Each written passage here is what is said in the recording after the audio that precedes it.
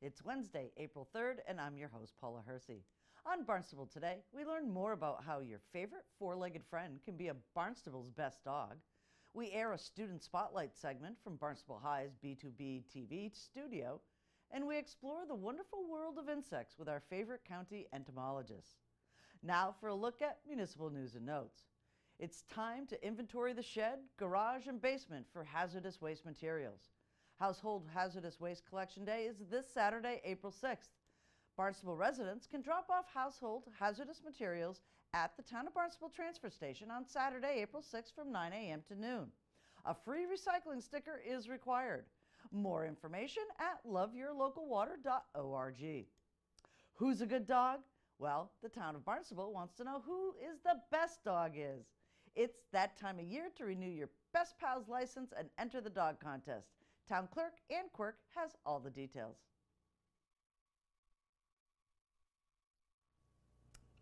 Woof! It's that time of year again, ready for Barnstable's best dog.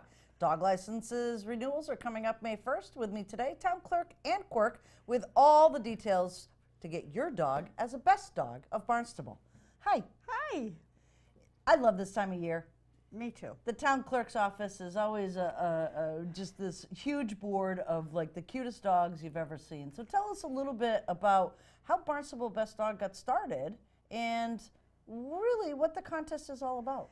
You know, it started several years ago, and the idea was the person whose dog gets the most votes gets their #1 dog tag for the town of Barnstable and a free dog license for the year. So it was kind of to get people to come in and to actually Get the dog's license, because that's a state law, so we have to do it.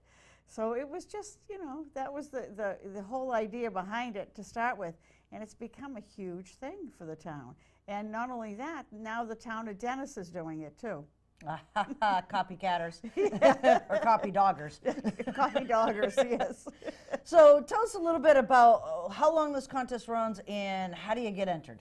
So starting April 1st, which is already come and gone, Right. I can't believe it, but it has, people can start sending in their application for a dog license for the year, a check made out to the town of Barnstable, and a picture of their dog. If they write on the back of the picture, which we really need, is their name and the dog's name, so that we can get that back to them with the dog license. Now, we do also ask that they include a stamped self-addressed envelope so that we have no problem getting everything back where it belongs. Okay. Now, as soon as they do that, we're going to start posting them on our bulletin board, as you suggested, and we'll start numbering the dogs. And as people come in to do business licenses, dog licenses, marriages, whatever, we ask if they'd like to vote for Barnstable's best dog. Oh, Yeah. Now see, I've entered my dogs year in and year out. I've never won. What's the key to winning this contest? Well, first of all, you can't win because you're a town employee. Now, yeah. Now.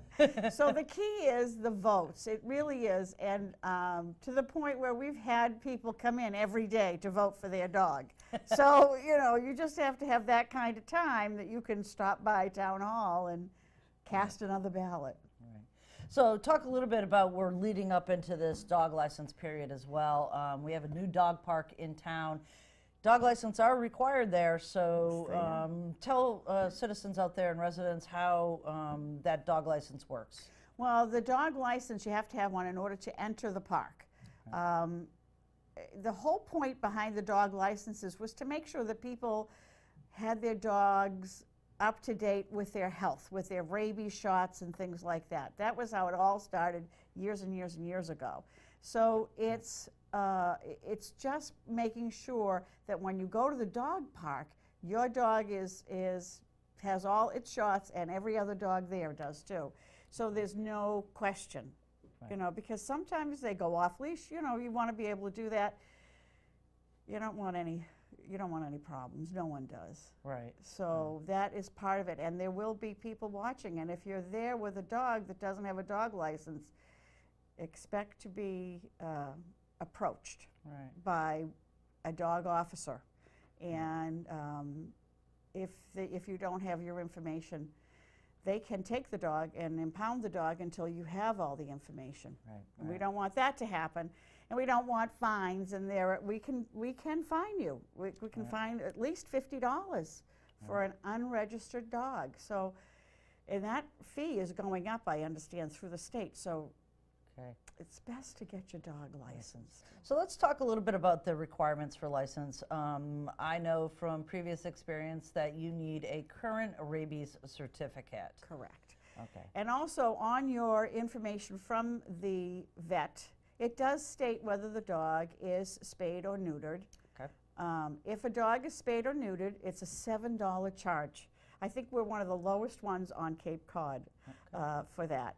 And it's $10 for a male or female. Okay. And it's a good for a year. And we have to go back. If you have had the dog and you haven't licensed in the previous year, you have to license the dog. We have to go through that process too.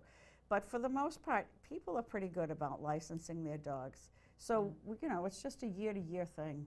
All right. One more question for you, and this one comes from our videographer assistant who's got a brand new puppy. Oh, little Josie. He got her a dog license in January. Does he need one in May too? Yes, because January was for last fiscal year. So starting July 1 is our new fiscal year, so you have to have a new dog tag for 2019. Okay, and one more time, Barnstable Best Dog, you need a picture, and what's on the back of the picture? Your name and address, and your dog's name, Okay. because we want to be able to put that up on the website too. Okay. And then a stamped, self-addressed envelope for us to send it back to you, along with the rabies information and a check made out to the town of Barnstable. Okay, and how long does this contest run? It will run until we start selling licenses May 1st. Actually, we'll probably start selling the licenses the following week. By May the 3rd, we will have the vote. So we'll know who's going to get number 1. Excellent. Thanks so much, Ann. You're welcome. Thank you for having me. From time to time, we have an opportunity to feature the work of students from B2B, Barnstable High School's TV and film production class. Here's a student spotlight segment, produced by students we are sure you will enjoy.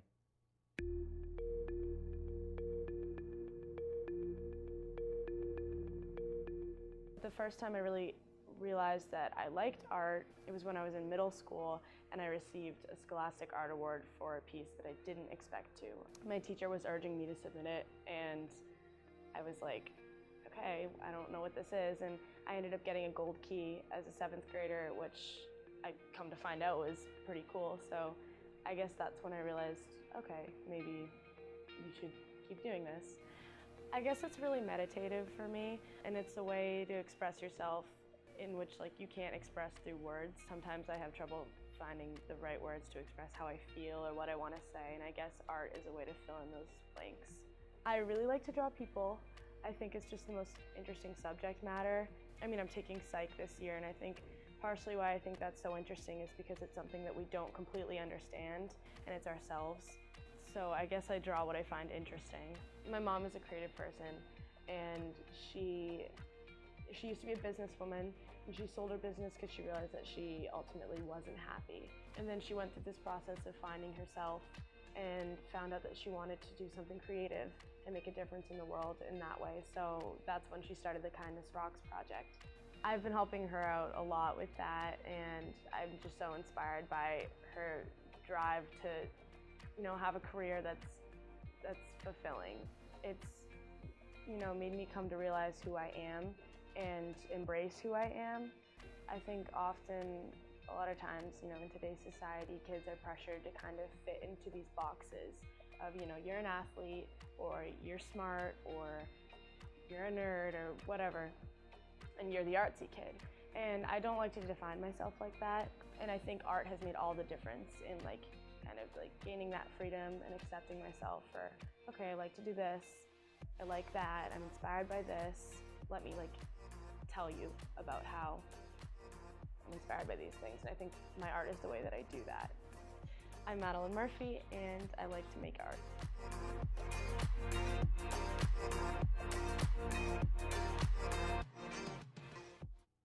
Dragonflies are powerful and agile flyers capable of migrating across the sea, moving in any direction, and changing direction suddenly. A flea's legs are long, the hind pair well adapted for jumping. A flea can jump vertically up to 7 inches and horizontally up to 13 inches, making the flea one of the best jumpers of all known animals relative to body size, second only to the froghopper. We learn more about both of these amazing insects with our favorite entomologists on this new episode of Bug Buzz.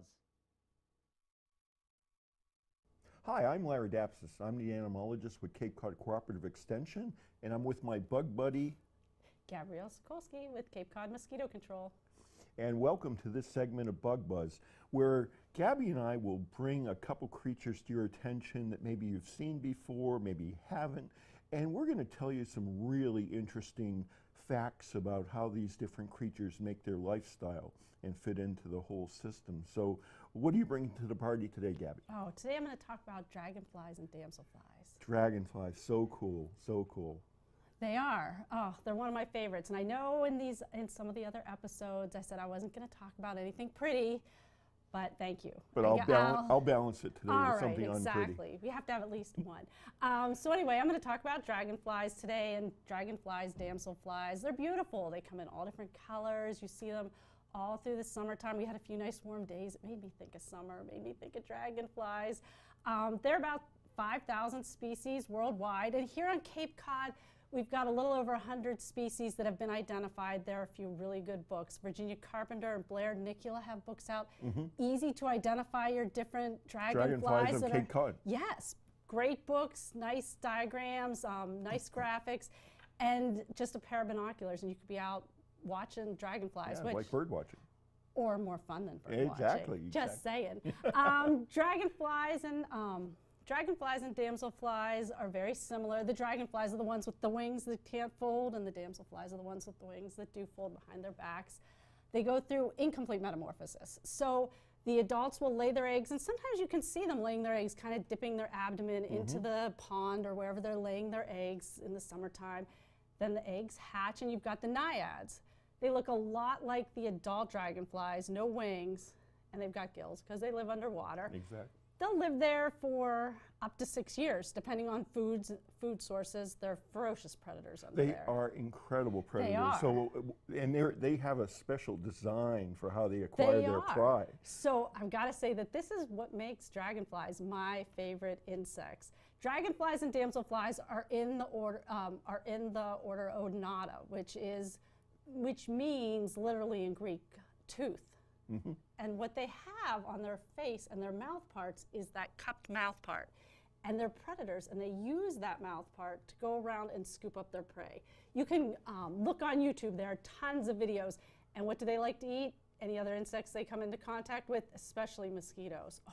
Or even little fish. Little fish. Some of the big ones. They're so fast at grabbing those. It's amazing to watch. And in the air, same thing. Same thing as they're flying through the air, grabbing up anything that they want to feed on. So it'd be like a person using their jaw to reach a sandwich that's 4 feet across the table. It is. It's amazing to watch. You definitely should look it up. So I find them fascinating because they feed on mosquitoes. And they take care of the mosquito problem to some degree, not enough that it would take care of them completely. Now, one of the things that's interesting when you watch them fly is that dragonflies are some of the most primitive insects. The first flying creature on the planet. Exactly. They find in fossil records dragonflies up to 300 million years ago. They look a lot like the dragonflies of today, except for so cool. They have wingspans of maybe 3 feet. It was a different time then. Dragonflies flying around dinosaurs, very cool. So anyway, dragonflies, they're my favorite. They are, and one of the things about them, they are a very good indicator of water quality.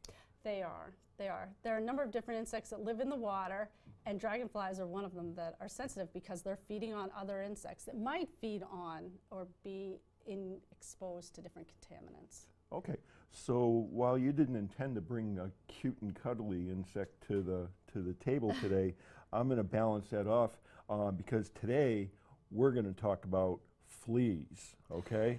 And you and I have had direct experience with flea We problems. have. This summer was very frustrating. I was texting Larry this summer, you got to talk me off the ledge. I've got a flea problem, and it's driving me crazy. Sure, and even for professional entomologists like us, it's a struggle. So that's why I wanted to kind of talk about it today.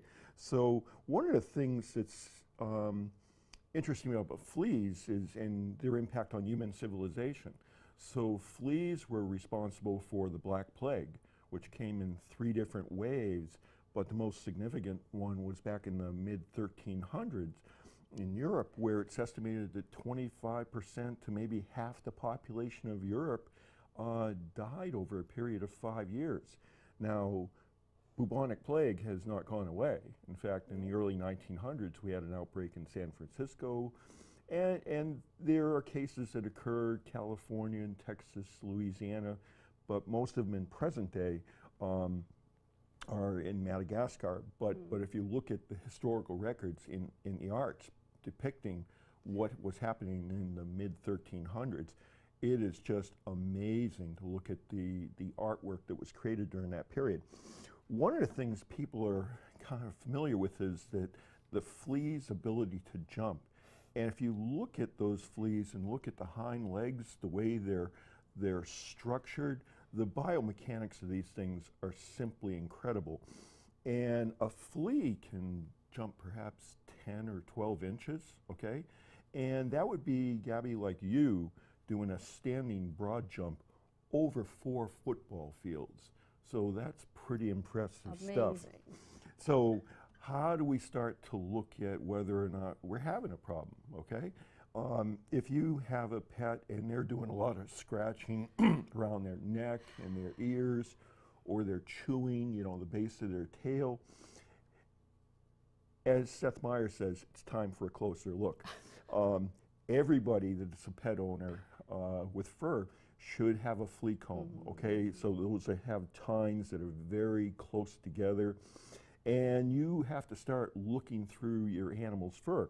Now, you might not see the adult fleas because if you look at them from the top, they're very, very skinny. And they're pretty fast. They can run through that fur as easily as a person can run through a patch of woods, okay? So there's no encumbrance for them. So you take that comb and you go through the fur and you just might come across what seems to be dirt, okay? Flea dirt, we call it. And the way you can tell the difference between flea dirt, which is basically undigested blood that the flea excretes, how do you tell that from real dirt? Well, you take that suspected flea dirt, put it on a damp paper towel, and if it turns reddish brown, that's blood, okay? So that is a flea infestation. So one of the things you got to consider is treating your pet first with the good old flea bath. Now a pooch, they don't seem to mind that so much. Nope. I mean, they're pretty easy going about getting. My lab loves a bath. Exactly, especially when they get the chance to shake and, Yep. and get the owner all wet. Yep. Well, when I had the problem, it was with a cat. And when I gave her the bath, the sound she made it seem like I was murdering her, okay? But you have to basically start with the pet. And now you got to kind of look at, you know, the household and then even your yard. And treating a house, those fleas lay eggs that are larvae down in the carpet pile or in pet bedding, and they're feeding on hair and flea dirt and crumbs of food, and those things will develop into an adult flea in about 2 or 3 weeks. So that's why your problem seemed to explode from just a few creatures. Now, if you look at the larvae, they're very tiny. You're not going to see them. In fact, there's one under a pencil point. That's how small they are. And so there's a variety of products that are available for treating the house, okay? One of the things I will tell you up front is don't go for those room foggers, okay? The bug bombs. No. That is the most inefficient way to apply an insecticide that I can think of. It's not going to get under furniture, it's not going to get behind drapes, it's not going to penetrate into pet bedding. Pet bedding you should wash anyway.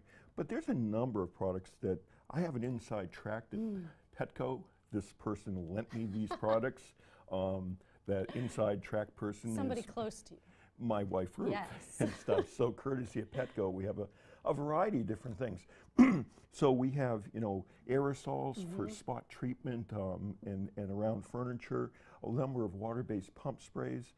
They contain insecticides that are very safe, pyrethroid insecticides, but also most of the time an insect growth regulator. So oftentimes you see that it'll have a label claim that controls fleas for 7 months. Right, and that's a key, what you just said. Always read the label if you're using a pesticide. Exactly, and if you want to determine how effective your program is, the best way to monitor for fleas is walk around in a pair of, you know, long white socks, because that motion is going to activate them to jump on you. Pretty easy to see. Now the other product that's not water-based at all are these dusts or powders. This is a product that I would consider if I had like a carpet that had a very thick pile. This ensures that this is going to get down deep in the pile and effectively control the problem.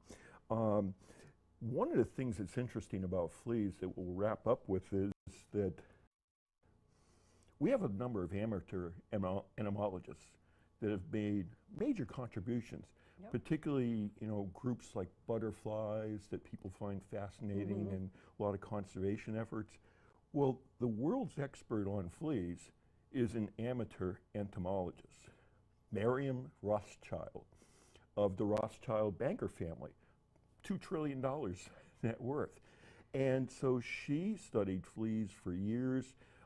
She got this bug from her dad, who was also an entomologist, amateur, and he amassed the biggest collection of fleas in the world. It's in the Royal Museum.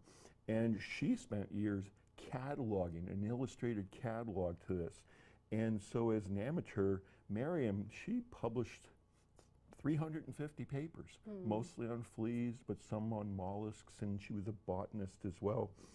And she was a very active amateur until the age of 96, when she passed away in 2005. I think even as entomologists, we would have found her fascinating to meet under any circumstances.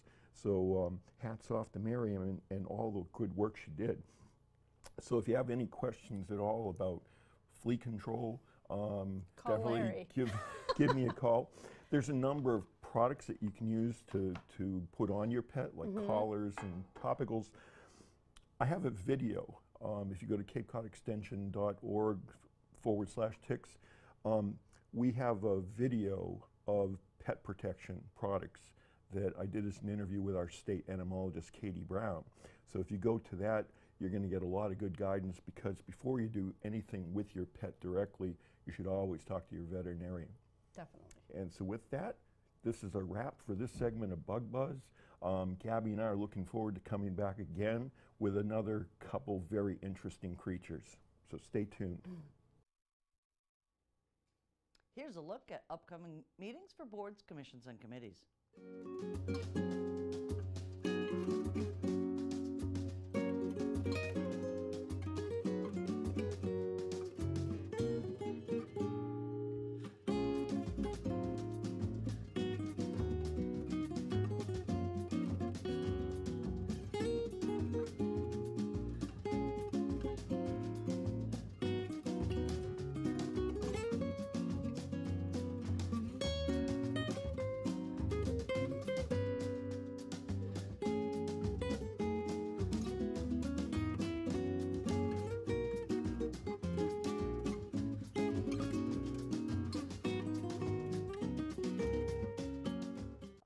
Things to do, places to go, and people to meet. The Massachusetts Division of Fisheries and Wildlife is holding a public listening session on the topics of coyote population management, coyote hunting, and coyote hunting contests on Thursday, April 4th from 6 to 8 p.m. in Lecture Hall A at Cape Cod Community College. The session will include a short presentation by Mass Wildlife staff, followed by an opportunity for attendees to comment, ask questions, and make requests for initiating policy changes. Comments, suggestions, accolades, Connect with us on Facebook, Twitter, and Instagram. Email us or send us an old-fashioned note by carrier pigeon. Channel 18 works for you. I'm Paula Hersey, and thank you for watching Barnstable Today.